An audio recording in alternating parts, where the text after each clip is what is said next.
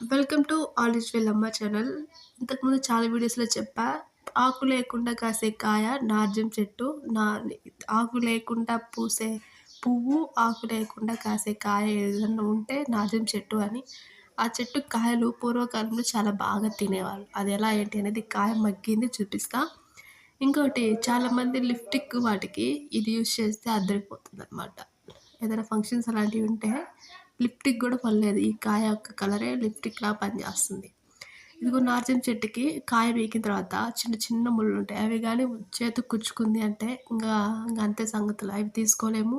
అవి అప్పుడప్పుడు నొప్పిని తెస్తుందనమాట. అందుకని తీసుకోగానే ఒక రాయి మీద ఆ కాయకున్నయన్ని ముల్లులు పోవడానికి రుద్దాలి.